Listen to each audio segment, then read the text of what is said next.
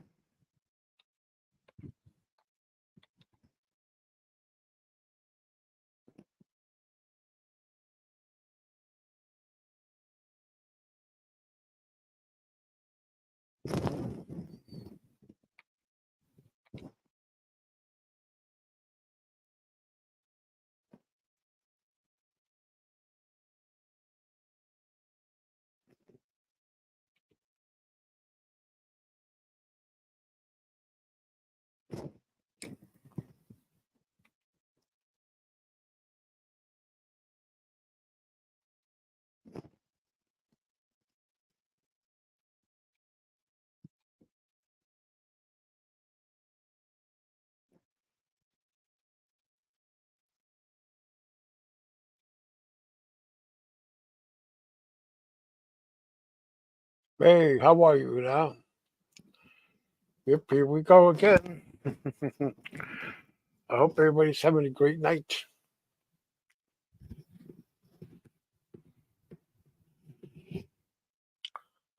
Okay, here we go. It's a Friday night.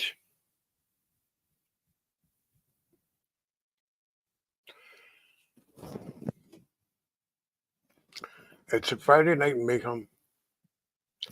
Or we could just say, thank God it's Friday. Yeah, thank God it's Friday. Yeah. I got the link there. Anybody want to come up? There it is. If anybody want to come up. Well, hold it. Not anybody. If I see somebody that I know that who I don't like or like that, that person won't come up. Mhm. But besides that, anybody can come up.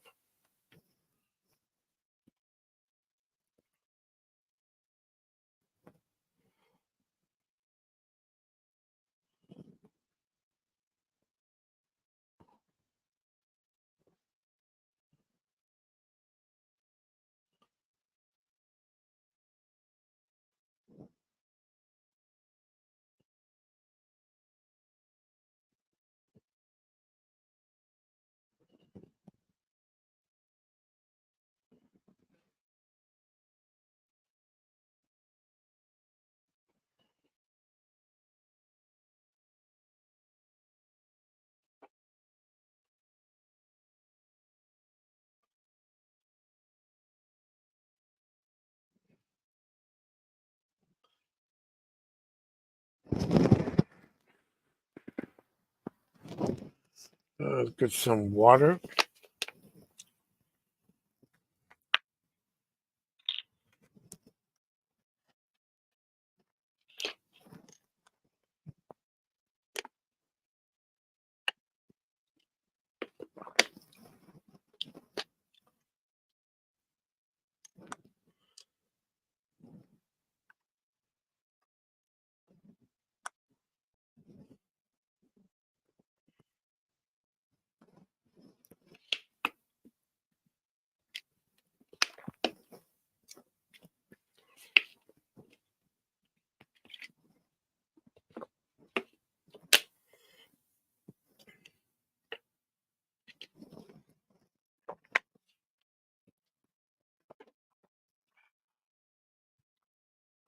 Refreshing water. Huh?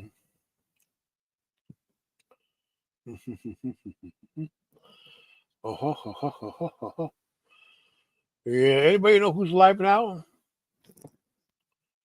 Let me check if I'm not stepping on somebody's toes.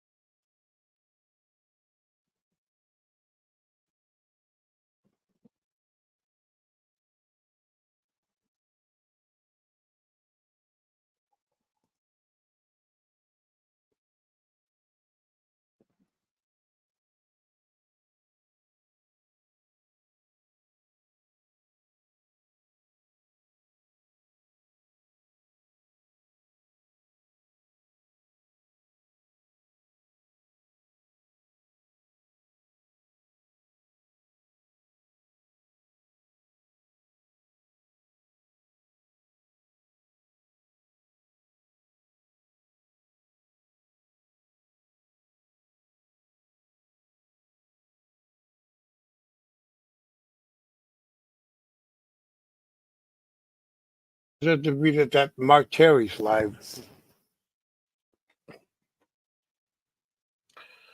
Well, what can we talk about tonight, though?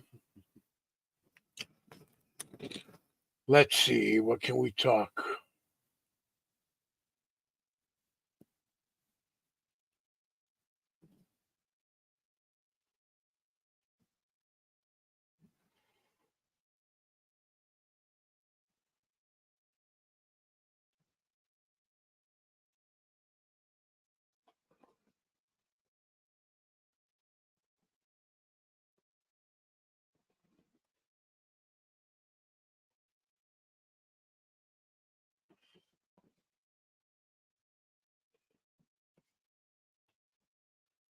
Yep. Let's see. It says here nine mysterious disappearance. People other than Amelia Earhart. Here it is. The first one is was a was a was a 10th and 12th century ruler Al Hakim, ruler of the Fatimid dynasty, who was known for his erratic and contradictory leadership. He led from he led for 25 years from the year 996 to the year 1021 of his known 36 years of life, during which time he, for instance,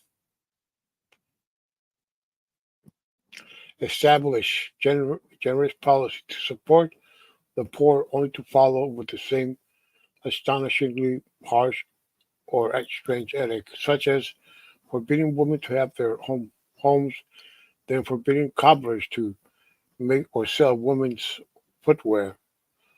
One night, February February of the year 1021, Al Hakim rode out of Cairo. He was never heard from again, nor his body ever found. Here it was that King the Fourth, Edward the Fifth.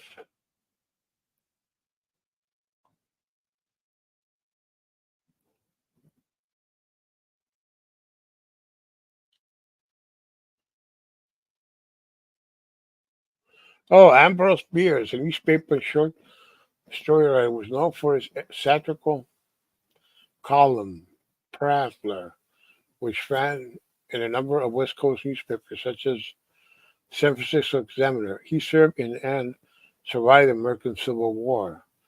His experience in which he detailed in his best-known stories, and eventually married and had three children. While he continued as a newspaper columnist, he also wrote many novels and short stories, as well as the Devil's Dictionary, a look of social commentary distinguished as a collection of dark and witty definitions for well-known terms. He left the United States from Mexico about 1913 during the Mexican Revolution. After December of that year, there's no remains of records of him. Numerous theories have been put forward over the past, so that means he never was in Mexico.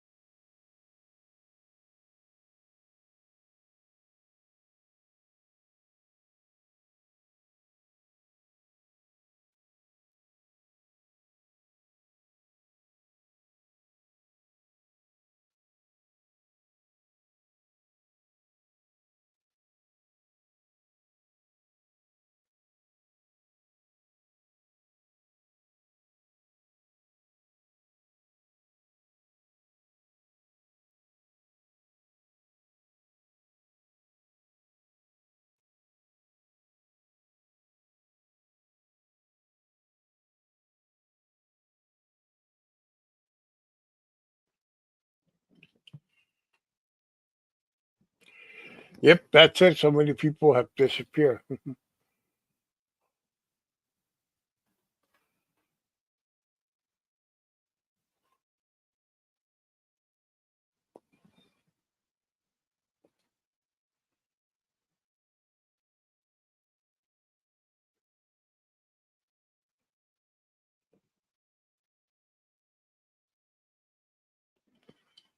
Hey, honey. Hey, honey ho. How are you? Haven't seen you in a while.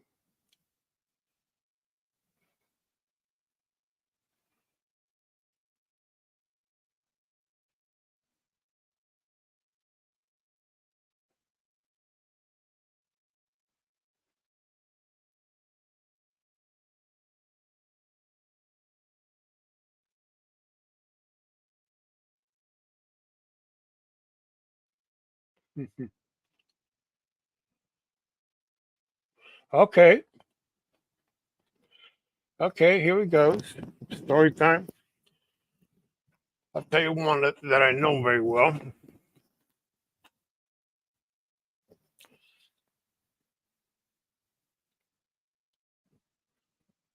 Yeah, okay. Hey, hello, Jane. How are you? Well, story time. Okay.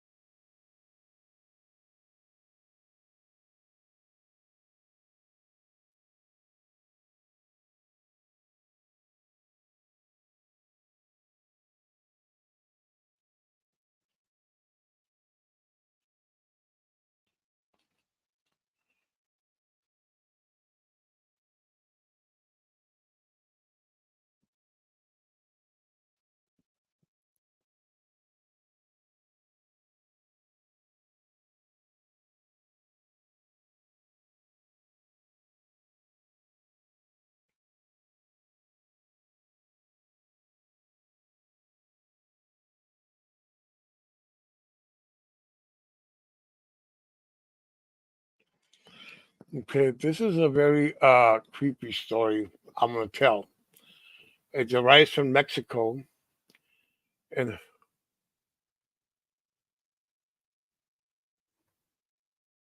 Ah, thank you.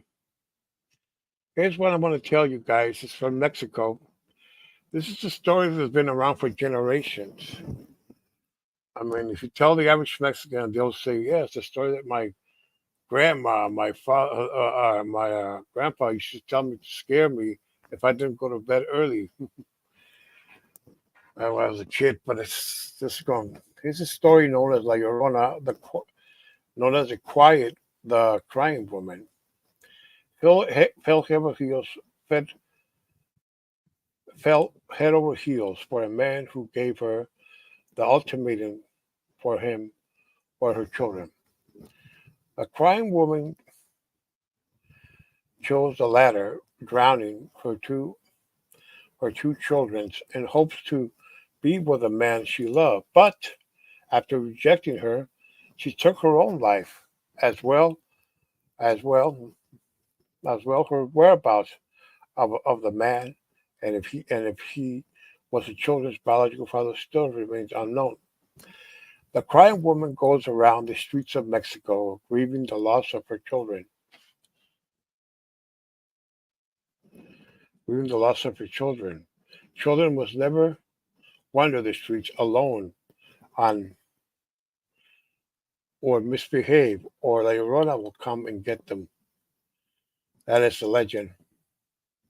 Here's this one that my mom used to scare me. Used to tell us when we were kids, like that. They say, behave or El Cucuy will come and get you. A warning from the parents. El Cucuy, otherwise known as the boogeyman, is a creature who preys on children who have misbehaved with their parents. He can show up at any time, at any given moment in the night.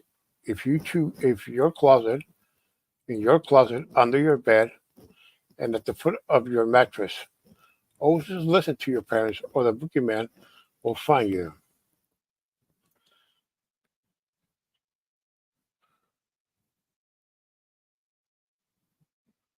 Yeah,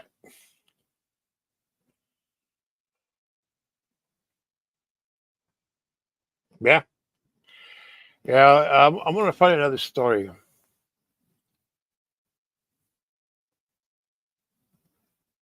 Okay, here's one. Here's one's called.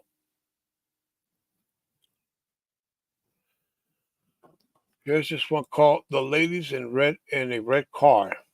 That says, cruising in the city in Cuernavaca, the carriage of witches is a red containing group of beautiful women often go after lonely men during the night, making promises to fulfill their needs, only to accept their offer leads to death.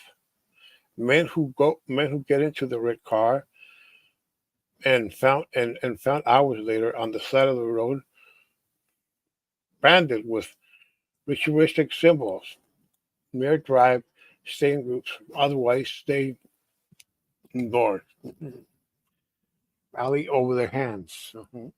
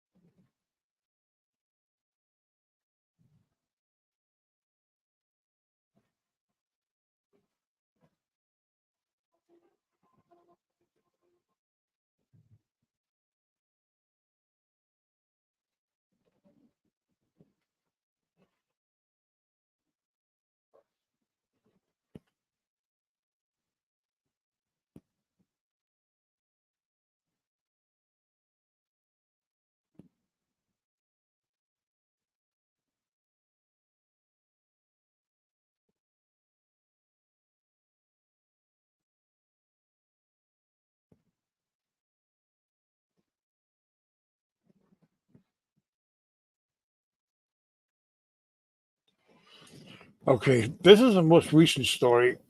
It takes place in the Mexico City at a place called Xochimilco. It's a place you go and you rent like a little boat, kind of like in Venice.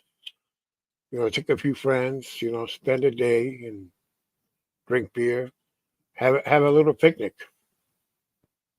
Okay, here's the story. The island of the dolls is a popular tourist site located in the canals of Xochimilco near southern edge of Mexico City. The previous owner of the island, Julian Santana, discovered the lifeless body of a young girl in the canal's water lines. Later, he began to hear murmurs and voices calling out to him. To appease the girl's soul, he started hanging dolls around. He started hanging dolls around, and legend has it that if you take one doll, you'll get bad luck off of there where you put the dolls.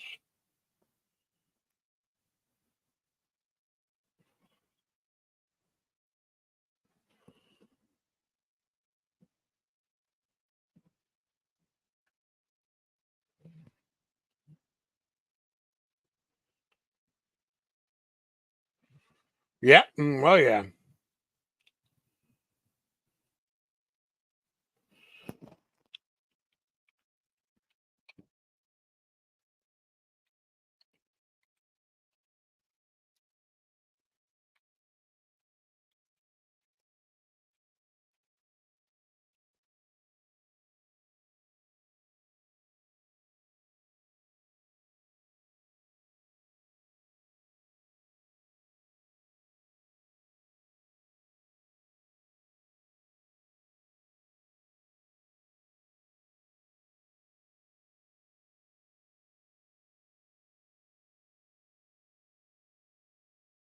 Oh, here's one I'm going to tell you now in English.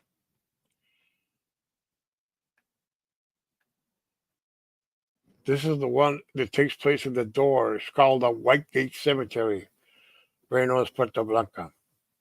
It goes like this: every city has legends surrounding their cemeteries, and Tijuana no exception.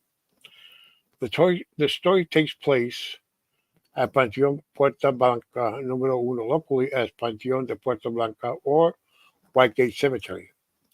Sometimes in the late 40s, a wealthy merchant's daughter, Enriqueta Hill, fell in love with a boy who was below his social class.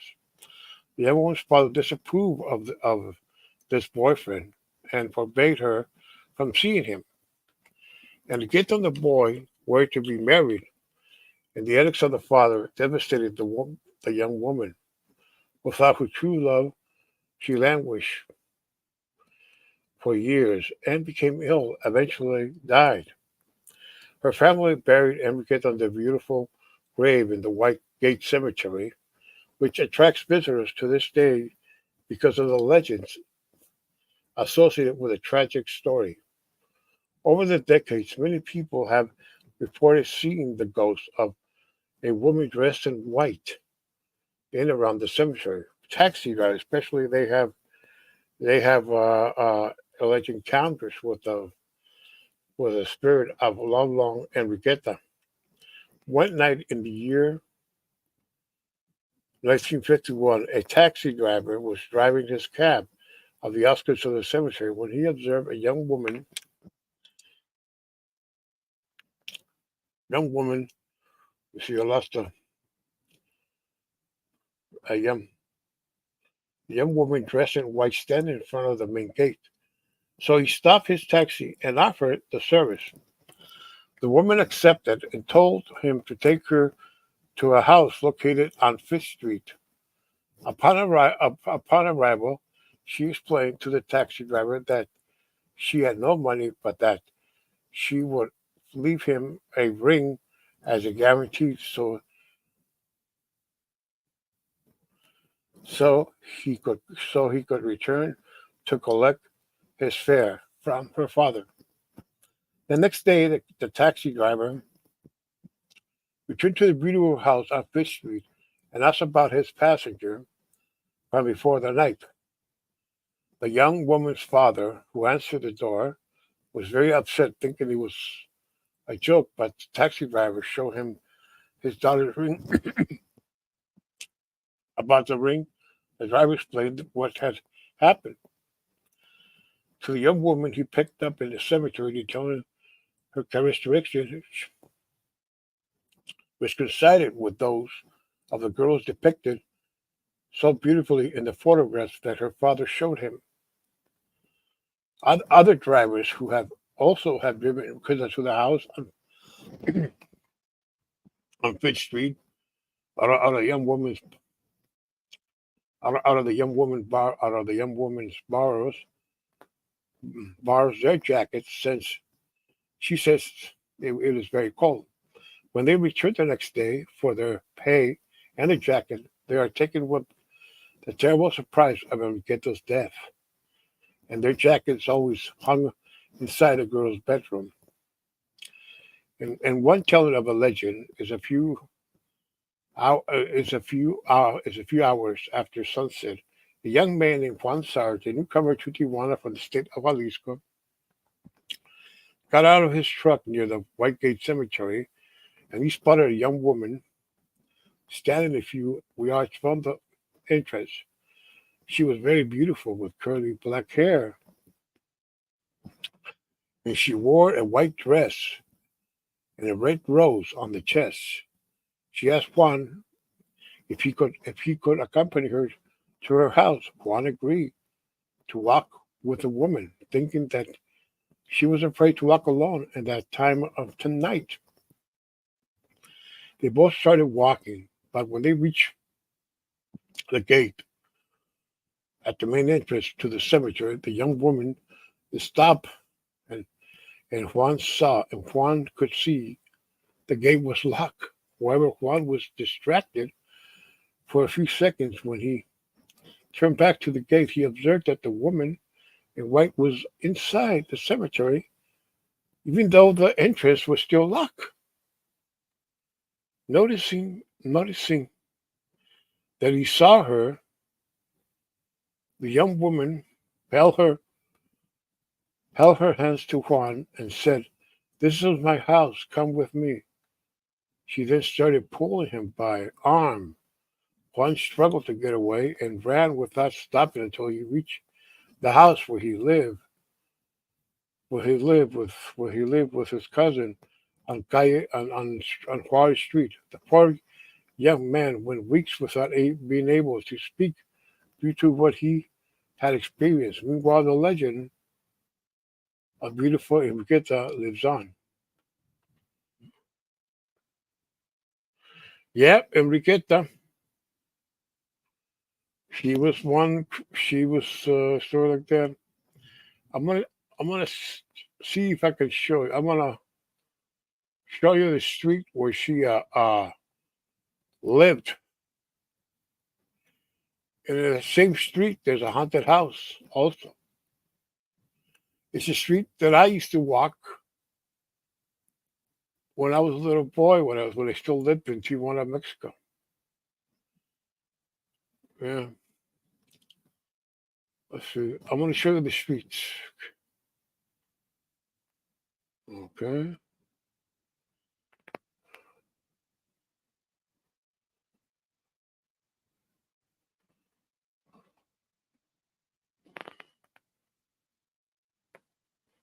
Okay.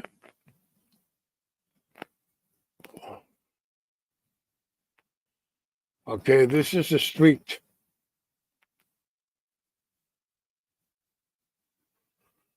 This is the street where supposedly the girl lived. Okay. Oh, wait a minute. I forgot. I forgot.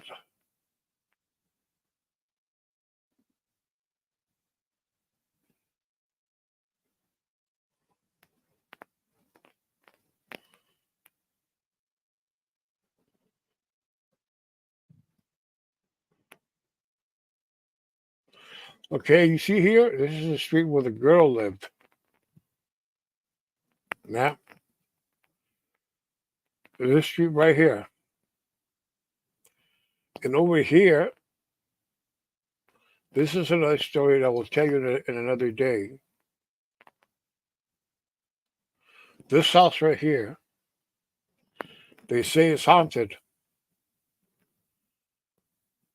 It's called the house with it. You see there, the fence. You see how the window is right? because the owners of that house years ago they claimed that if you build a window like this, it'll keep evil spirits away. Yep.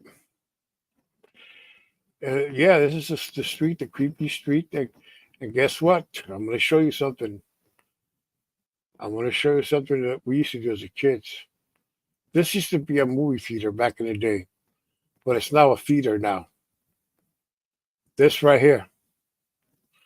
It's called a Saragossa theater now because now it's a local community playhouse where they do plays and musical events and all that kind of stuff. And I used to go to this movie theater a lot as a kid.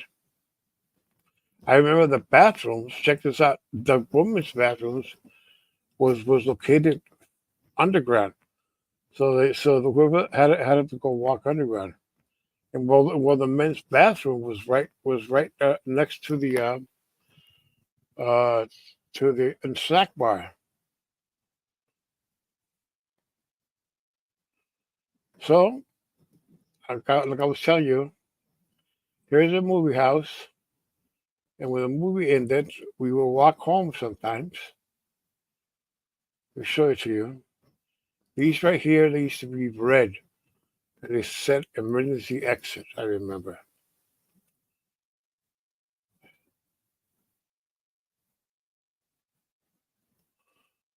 We used to walk from here, and I tell you, sometimes at the middle of the night, we used to walk, and then we should turn here and walk through here, and takes these stairs home. And I tell you, sometimes, and it was dark. These stairs home, and walked several blocks from up here to our house. Boy, those were scary days, I tell you.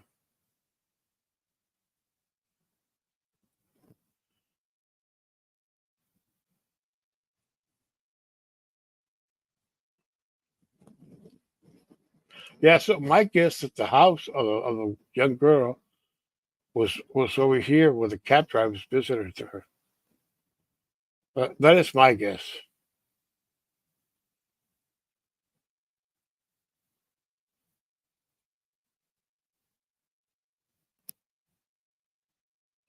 I don't know where.